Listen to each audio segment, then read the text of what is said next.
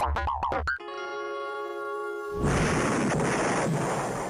I'm Mike B, and this is WDR TV. Now, I'm going to sit down and I was going to review Twilight Imperium 4.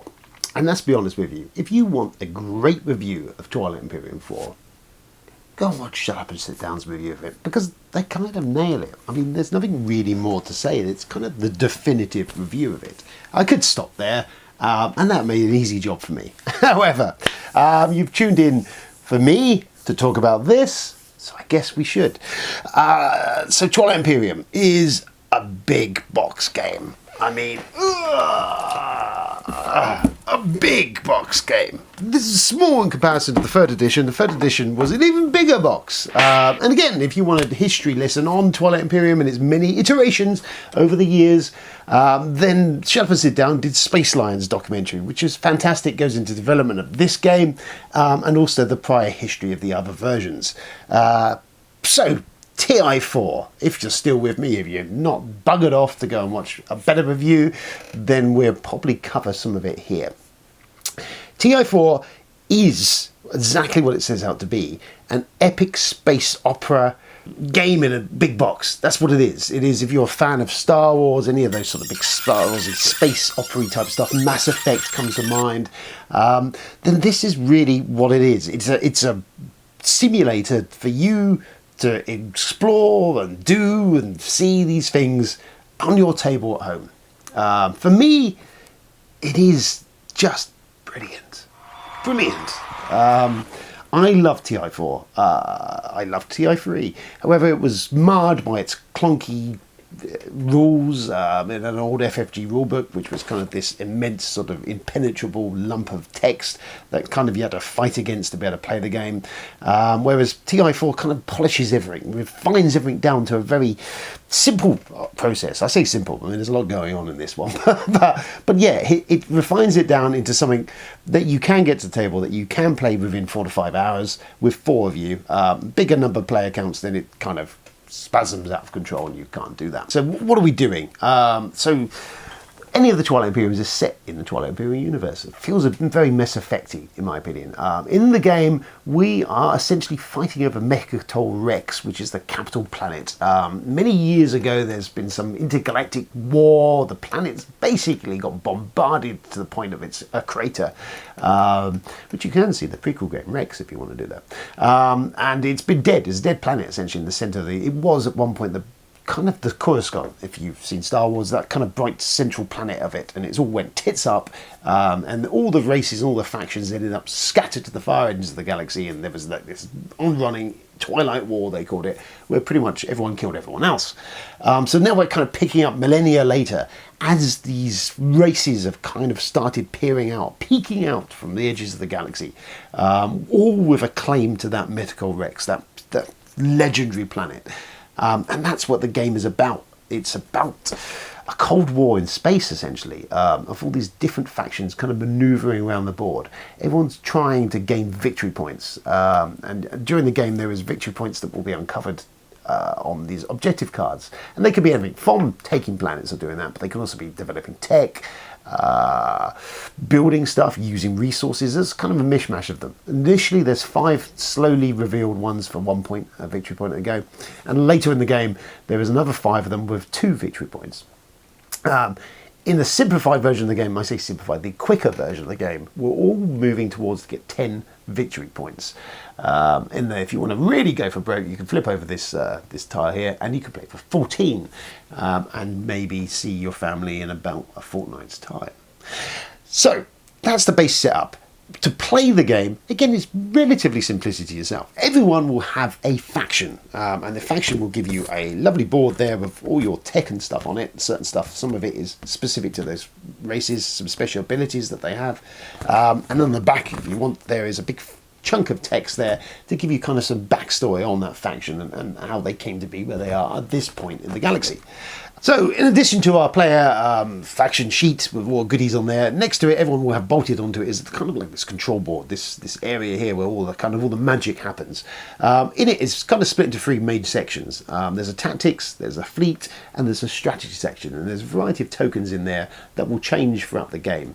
The tactic tokens are used to make board actions, to do stuff on there. So you're going to take one of those, put it on the board, and will allow you to move fleets, build fleets, do stuff, just interact with the board. Next to it is the fleet section, which essentially just gives you a mark of how many ships that you can have in a fleet at one point in time. And then finally you've got the strategy area, where these tokens are used to react to the strategy cards, which I'll come to on in a second. So, at the start of a round, you all will pick, depending on how many people are in there, you're going to pick strategy cards, which are these things here. They all have different abilities on them. They have a main primary ability and then a secondary ability. And at the start of the game, these are kind of dished up for people volunteer to pick the ones they want. We'll also discern the player order. And they relate to trade or warfare or other sort of areas there to give you more tokens, to give you more goods, all sort of stuff on there. And playing them is when you kind of guarantee, it's kind of when you work out when to play them as a tactical move on your part as well, because it will give, well, you some wonderful bonuses. It also gives an option to the other players around the table to also react and use their strategy tokens to get a bonus stuff. And that's basically the idea of the game. Essentially is, what we're going to do is you're looking to score those 10 points. They can be done in whatever way you want. They're going to be obviously completing these objectives or some secret objectives you've got. The only other place on the board that you can score points is Mechatol Rex. Once you've taken that, you can take the 8th strategy token and you can use that to gain a victory point for every time you occupy that area. So it's kind of like it's inciting you to move to the centre of that board, yes. Only the other day, after following an epic game of this, I was having a debate online. Well, I was tweeting away my game, and Mr. Hector, Luke Hector, kind of splurged his own opinion on the game, which was wrong. But yeah, he's referring to it as a very game that kind of plays out the same every time he plays it. Now, tactically, yes, it does. Essentially, everyone is going to plough towards that middle area, that Mechatol Rex. Everyone's heading towards it because, A, it's going to give you victory points, but more importantly, once Mechatol Rex has been occupied, it opens up a new section of the game, this politics side of the game, where people are voting on laws, passing declarations, or affecting other players, changing planets, changing all sorts of stuff. Some of the laws come into effect and stay in the game throughout the entirety of it. Other things are like a one-turn effect. Now, Twilight Imperium 3, that section was in from the outset, but a nice move, they've added it that only once that's unlocked does that suddenly come into play. And it's a nice touch, because then you've got this area of the game where you're kind of quietly playing through this kind of, as I say, a Cold War of manoeuvring of ships, kind of fleets being built, ships are being moved around, areas are taken. It's like the simmering tension between all these different factions until such a point where someone nails Mechatol Rex, and then we enter this politics stage, and then really it starts becoming embroiled in the social interaction around the table.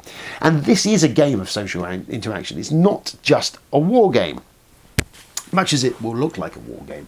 On this table, it is as much to do with the players around the table and what they're doing. As people meet on the table, as factions and races start to meet up, that's when you can start communicating with people. You start trading goods, you can start trading promissory notes. You get, every faction starts with a set of these, which are kind of little perks you can hand to a neighbour, maybe to get something off of them, or maybe to encourage them not to attack you. And it is at that point where this Cold War has taken place. You've got these factions all kind of disparately linked around there, they're all kind of making trepidatious steps into the galaxy, and everyone's watching everybody else.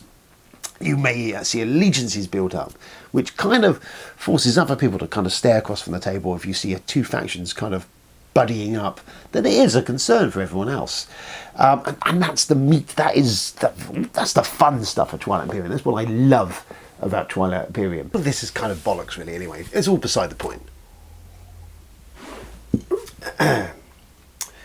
TI4 is a fantastic game. I don't need to run you through the rules. There's countless videos, there's countless BGG entries, there's stuff all over the place. You can learn the rules if you want to, if you're going to play the game. You don't need to know the rules if you're not going to play the game. what TI4 is, and it is my favourite, one of my favourite games, if not my favourite game, favoritist game even.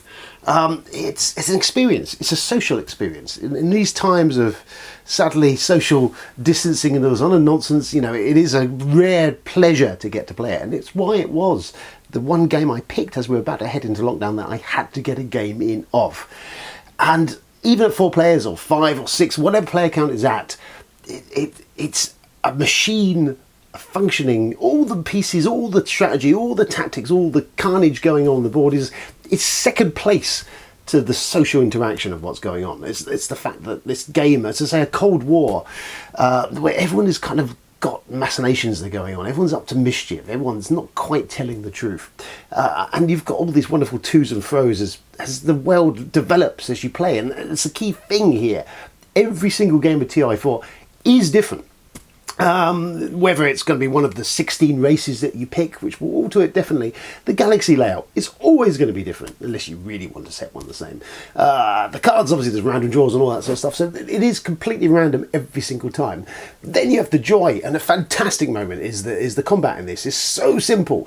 When I think of games like Forgotten Stars, Forbidden Stars, great game, really love Forbidden Stars, and it's got a great combat system with these cards and strategies and tactics all to it, which is really great, but it's very long-winded and takes forever to play. The cool thing about TI4 is you can have 2 massive warflates fighting and you're just rolling dice. It's like Risk. It's really diluted down to that, and it works totally doing that. It's brilliant. It's fantastic. I love it. It's fast, it's loose, everyone's involved, you're looking, it's like, oh, it's great. No amount of tables and strategies and tactics and all this predetermination and all that sort of stuff would have just dulled it and made it boring. It's a space opera. It's Star Wars in a box. So you want whiz bangs, zoom zooms. That's what you want. You don't want it to be this dry, methodical sort of... Dice works fine. I love it. It's totally embraces its Ameritrash roots. I love the lore behind it, the galaxy, the worlds. If you read it all, then it's fascinating. You get more depth out of the thing. All the planets have got text on them. It's just fabulous. It's just fabulous.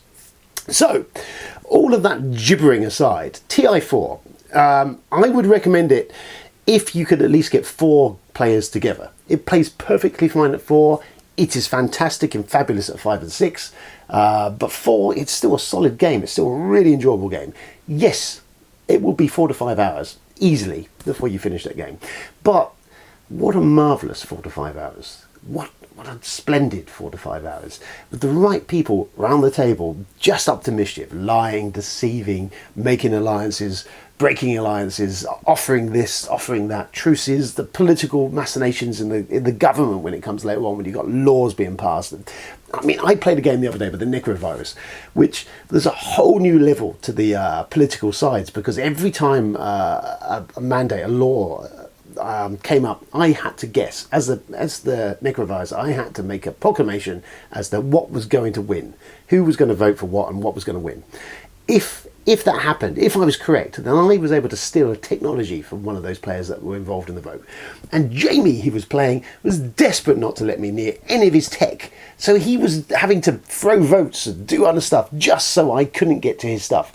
Just a wonderful sort of rounded moment to the game. And there's so many little tweaks and moments like that, depending what races you were using. Yeah, it's space opera as a board game.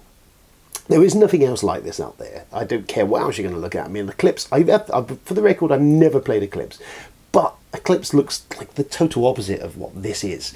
It's all just dry, Euro-y 4X game. It's probably great, but it isn't TI4 great. So, there you go. I love TI4. It is a big Ameritrash game. It is what it is. The 4th edition refines everything from the clunky earlier versions, refines it down, dilutes it down into this really great, fun, fantastic space war game. And it's got lots of dice rolling, and it's got lots of stuff happening, and there's cards, and there's shit happening all over the place, and it's brilliant. And that's really all I can say on the matter. So you should probably play it. You should probably buy it. And the expansion's coming out in less than a month's time, which is going to add all sorts of juicy nuggets of gorgeousness to it, which I cannot wait, and I will review and I will unbox that when it arrives. So next games convention, you should play this. hopefully next expo, this bad boy I think is coming with me, not the table, the game, and we should probably have a massive 6-player or more actually, because the expansion will allow up to 8. I want an 8-player game of TI4. How fantastic will that be? I can't wait. So this is Who Dares Worlds. I've been Mike B. This has been an abbreviated review of Twilight Imperium 4. It's a fucking cracker. Okay, it's brilliant. If you're in any way fascinated or enjoy the stuff I enjoy, which is this sort of stuff, then you're onto a no-brainer. Yeah, it's not cheap, but hey, you could buy 4 or 5 other crap games and get bored of them. You could buy this here. This game's for life, not just for Christmas. All right, well, I got shit to do, so go and do stuff. I need to put this away because we're going to play a game later on. That's the problem. That's the one thing that annoys me about TI4. It's a lot of it all over the table. It takes ages to put away. Could just push it into the box, maybe. That's an idea.